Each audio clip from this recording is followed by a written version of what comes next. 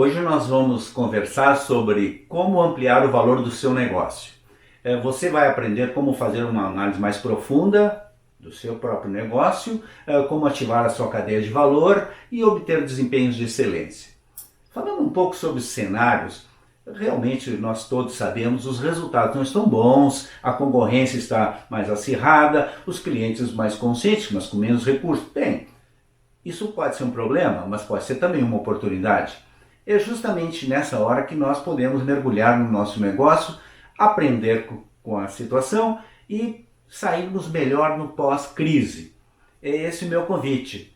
Nós vamos então explorar 4 áreas fundamentais da gestão e procurar lá ganhos interessantes, que são avaliar o próprio modelo de negócios, o posicionamento e os propósitos, clientes e parceiros e os desempenhos da organização. Ao final, tenho absoluta certeza que você vai encontrar muitas oportunidades para ampliar o valor do seu negócio. Eu sou o Luiz Fernando Reginato, sou sócio e diretor da RGM Consultoria, consultor e conselheiro empresarial. E eu te convido para seguirmos juntos nessa jornada em busca do valor do seu negócio. Bem, vamos começar então a fazer a análise propriamente do nosso modelo de negócio. Nós vamos fazer uma análise ampla para entender como se processa essa construção do valor e depois nós fazemos uma análise crítica aí para verificar todos os pontos de ganho. Tenho certeza que vamos fazer esse processo juntos e vão aparecer oportunidades bem interessantes. Primeiro ponto que nós precisamos prestar atenção é para quem que nós estamos fazendo algo. Para que a nossa empresa está se direcionando? Então, a primeira pergunta é para quem? Quais são os segmentos de negócio que nós queremos atender ou estamos atendendo? Qual é as características, qual é o perfil dos nossos clientes? Quais são as suas expectativas, as demandas não atendidas? O que nós realmente podemos oferecer que se traduz em valor para esses clientes, que é a relação entre os benefícios que uma possível proposta nossa vai gerar, as soluções qualificadas que nós venhamos a atender, que tenham uma importância maior do que os concorrentes possam oferecer. Então, primeiro é entender do nosso cliente, entender quais são os segmentos, as suas características e o perfil dos nossos clientes. Nós sabemos que isso é mutante, mas nós precisamos ter um profundo aprendizado dos nossos clientes se nós quisermos orientar a nossa proposta de valor para que ela tenha êxito. E o segundo ponto importante da nossa cadeia de valor é o que nós temos que fazer para atender essas expectativas. E aí se denomina quais são os atributos que devem conter nossos produtos e nossos serviços que nós queremos oferecer, as nossas soluções para atender essas expectativas dos nossos clientes.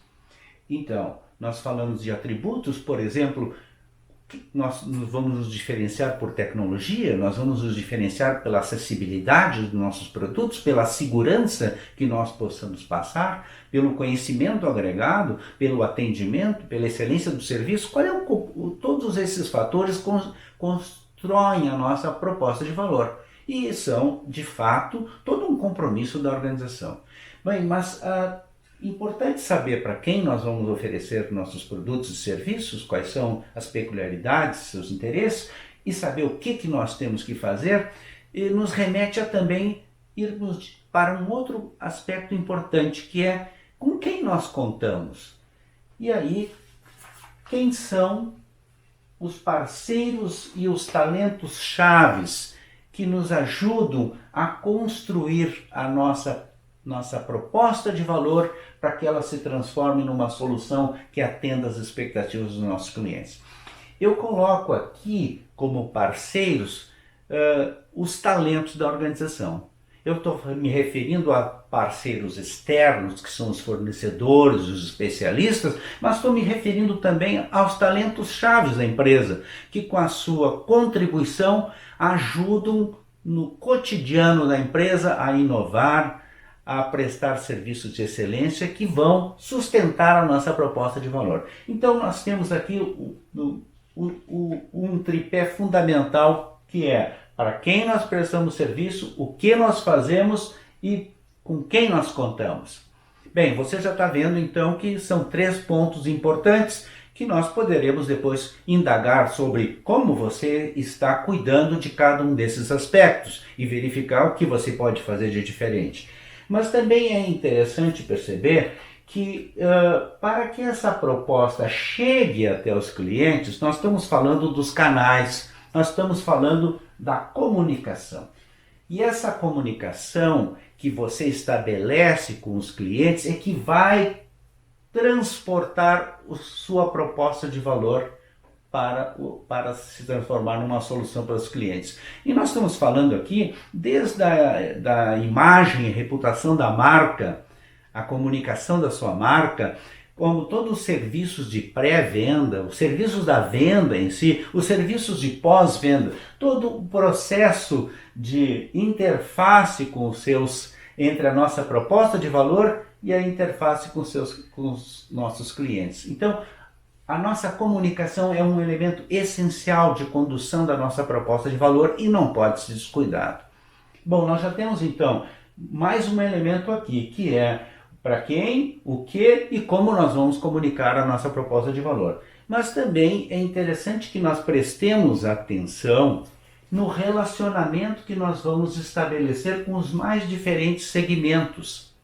Porque nós podemos ter relações mais personalizadas, também chamadas de marketing one-to-one, até relações de transação em massa, em escala. Isso tudo vai depender das características dos segmentos de clientes que nós estamos atendendo. Provavelmente vão ter segmentos que vão exigir uma atenção mais personalizada, enquanto que outros vão estar preocupados mais com o benefício, custo-benefício numa relação de transação. Bom, você vai ter que definir a sua estratégia de relacionamento com seus clientes. Qual é a estratégia que melhor vai conduzir sua proposta de valor para os seus clientes? Bem, nós já temos mais um elemento importante aqui para saber a nossa construção da cadeia de valor. Mas isso por si só precisa ser complementado com os recursos que nós vamos necessitar para fazer essa construção de valor, a comunicação do nosso valor, o relacionamento que nós vamos instalar e a solução que nós vamos oferecer, que são os recursos que nós vamos precisar para construir toda essa nossa engrenagem, que são os recursos físicos, os recursos humanos, os recursos financeiros, os recursos intelectuais. E daqui dos recursos humanos é que eu retiro a palavra talentos, porque eu entendo que os recursos humanos são muito mais que recursos humanos. Aqui estão talentos chaves que nos ajudam a construir o valor no dia a dia da vida da organização e merece, portanto, um destaque. Então, nós temos aqui vários elementos que compõem e que nos ajudam a começar a entender assim, como nós estamos tratando cada um desses elementos. E aí perceber as oportunidades que estão ali. E para que nós façamos todo esse nosso processo, nós temos que descobrir quais são as atividades chaves que nós temos que fazer dentro da nossa organização para construir essa cadeia de valor e oferecer soluções para os clientes, que são as nossas atividades chaves, que vão construir o nosso produto, o nosso serviço. Bem, tem muitas atividades que nós não necessariamente temos que fazer, que outras pessoas, outros terceiros podem fazer por nós. Então, aqui são as atividades que nós devemos nos concentrar, aquelas que carregam o DNA da nossa empresa, que carregam as nossas competências essenciais. E aí sim, então, nós vamos poder construir, de fato, os nossos diferenciais. Então, quais são as atividades que realmente nós estamos fazendo e devemos continuar fazendo, porque elas fazem a diferenciação do nosso serviço, do nosso produto, como nem outros poderão fazê-lo. Então, e quais as atividades que nós não precisamos fazer? Então, aqui nós temos os vários elementos da nossa cadeia de valor. Eu penso que já podemos então fazer uma análise um pouco mais crítica de como isso está se processando e o que nós podemos fazer de diferente. Você pode estar pensando sobre, bem, mas tem fontes de receita, tem custos. Eu pretendo dizer que isso são consequências da proposta de valor. Dependendo da eficiência que nós exercermos aqui, os resultados e os custos vão ser consequências de tudo isso. Bem, vamos fazer então uma análise crítica então. Por exemplo, a minha pergunta primeira você precisa prestar atenção, você precisa continuar atendendo a todos os segmentos que você hoje atende? Você tem que atender igualmente a toda a gama de clientes que você hoje atende? Diante das expectativas crescentes de cliente, é provável que nós tenhamos que fazer escolhas, nós tenhamos que nos desapegar. Então, a pergunta, a crítica que eu faço para que você pense você pode dar mais foco nos segmentos de clientes para se concentrar naqueles clientes mais lucrativos? Você está fazendo isso? Bem, como eu descubro quais são os meus clientes mais lucrativos? Obviamente você vai ter que identificar quais são os fatores administrativos, comerciais ou técnicos que representam valor para o seu negócio. Isso nós vamos falar um pouco mais adiante. Mas, então, essa é uma grande indagação. Você está querendo atender todos de uma forma igual, mais ou menos, mas você, doravante, vai ter que se concentrar em atender muito bem e de forma excepcional a alguns clientes e alguns segmentos que você vai identificar como sendo os seus clientes do futuro, os seus segmentos do futuro. Bem, além disso, nós estamos falando de quais são os produtos e serviços que nós temos que oferecer. A pergunta nós precisamos continuar fazendo todos os produtos e serviços que nós hoje fazemos? O nosso portfólio de produtos não pode ser mais enxuto? Será que nós não podemos praticar o desapego e nos concentrar naqueles produtos e serviços mais rentáveis? Eu sugiro que você pense um pouco a respeito disso, porque muitas vezes nós queremos gerenciar uma gama muito elástica de soluções para o mercado, mas se nós estamos nos concentrando mais em clientes que são mais lucrativos para o nosso negócio, faz sentido que nós também façamos uma boa análise do nosso portfólio de serviços. E isso, obviamente, vai impactar nossas receitas e vai provavelmente impactar favoravelmente a redução dos nossos custos. Bem, nós também, olhando pelas atividades, a gente conversou sobre que as nossas atividades chaves precisam ser aquelas que carreguem as nossas competências. E aí eu volto a fazer menção a isso, para ter foco nas atividades essenciais, foco nas atividades que carreguem as nossas competências principais, que são diferenciadoras em relação aos nossos concorrentes e que constrói de fato uma proposta de valor diferenciado. E um outro elemento importante de crítica que nos ajuda a verificar oportunidades de ganho é o foco na nossa comunicação, mas o foco numa redefinição dos nossos propósitos e do nosso posicionamento, uma renovação da nossa identidade como empresa para o mercado e para a sociedade como um todo. É sobre isso que nós vamos falar agora na nossa próxima etapa.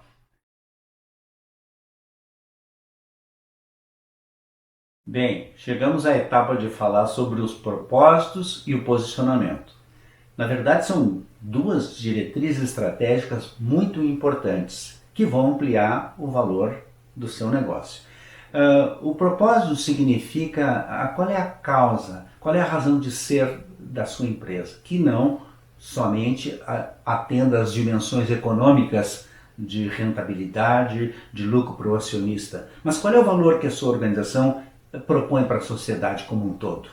Então, os propósitos carregam essa identidade da empresa, eles carregam os valores da organização. e eles são fonte de inspiração para que os clientes adquiram seus produtos e serviços, se identifiquem com eles, assim como também para motivar os parceiros e os seus colaboradores a trabalharem todos os dias. Então, um propósito, ele remete a uma identidade coletiva e é muito relevante que se perceba nos produtos e serviços da sua empresa que por trás deles existe uma empresa que se preocupa em atender tanto a dimensão econômica quanto a dimensão social. Uma razão de orgulho para todos que convivem com a organização e para seus próprios clientes e consumidores. Então, pense nisso e redefina os seus propósitos e remeta a sua história no seu DNA e verifique qual é o valor que a sua organização carrega de mais importante, de mais significativo e que pode ter uma aderência muito grande na reputação da sua marca. Bem, pense nisso. E posicionamento ainda fala mais objetivamente qual é o lugar que eu quero ocupar na mente dos consumidores e no meu posicionamento diferenciado no mercado. O posicionamento ele define com mais clareza qual é o compromisso público da minha organização em relação a clientes, em relação ao público interno, qual é a motivação e o desafio que nós temos de prestar um serviço cada vez de maior excelência, que realmente faça sentido e nos diferencie. Então o posicionamento ele serve de uma orientação estratégica para todos os investimentos que eu vá fazer, mesmo que ele esteja em processo, é uma contínua busca e o posicionamento nos distingue, ele está inserido na nossa atividade dos nossos produtos e serviços. Pois quanto mais claro o posicionamento, melhor a eficácia dos investimentos e do esforço de todas as pessoas que constroem a proposta de valor da organização. Então, os propósitos e o posicionamento, juntos, eles são efetivamente uma inspiração, uma identidade coletiva e, ao mesmo tempo, uma orientação estratégica e uma orientação da eficácia dos investimentos. Vale muito a pena pensar a respeito disso e fazer com que posicionamento e propósito ocupem um lugar destacado na melhoria da reputação da sua organização. Então, desejo que você faça isso e você vai perceber como é que se gera valor a partir de uma melhoria significativa na reputação da sua organização por propósitos mais claros e um posicionamento mais definido.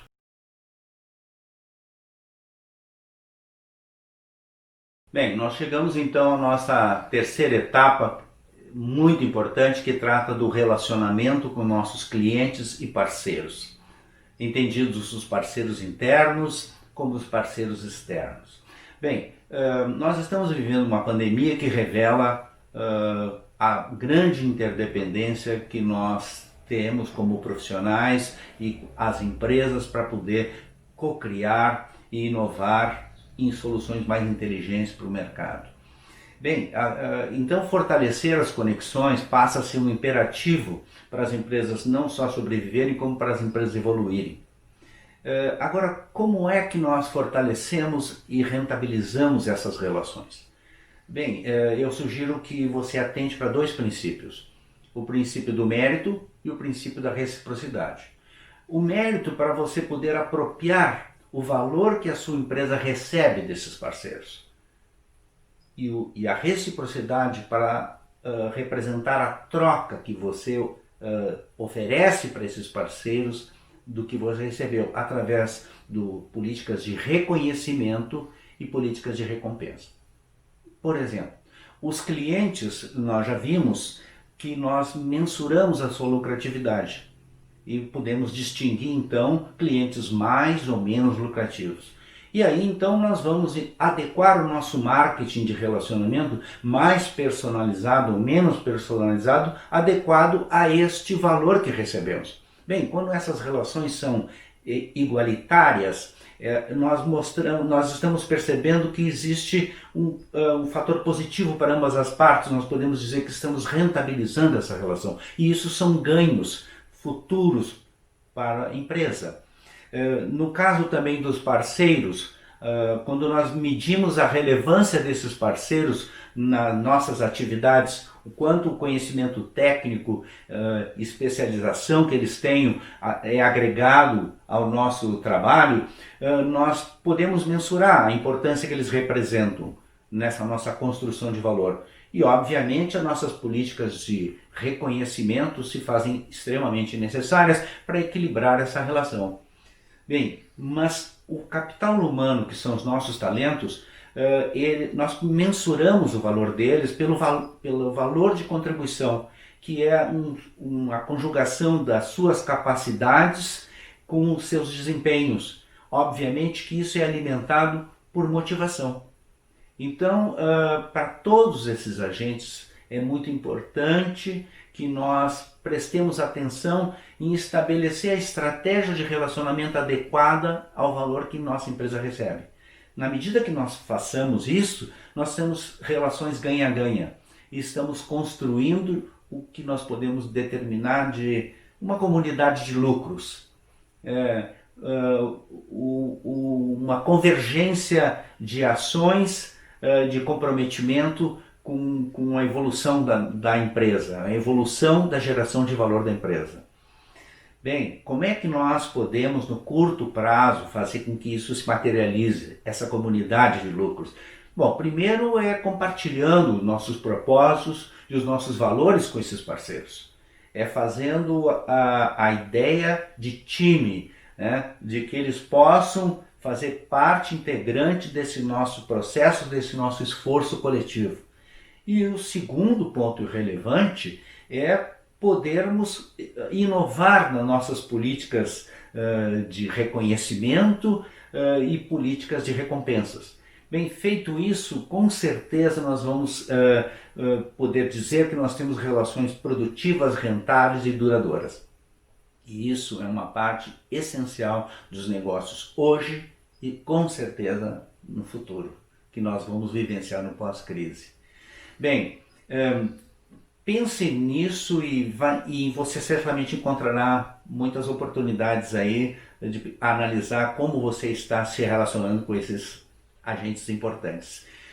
E agora eu convido para que a gente mergulhe de fato como é que nós vamos orientar para desempenhos superiores, para desempenhos de excelência.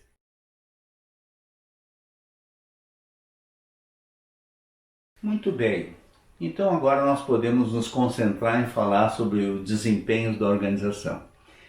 Existem muitos caminhos, mas um ponto referencial é a busca da racionalidade em todas as atividades, é o foco na execução.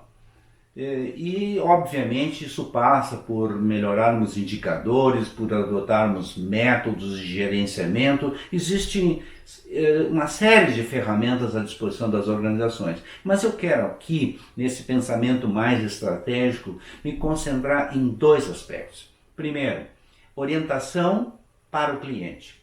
Como a nossa empresa pode pensar na excelência na medida que ela está preocupada e orientada para gerar ganhos para o cliente.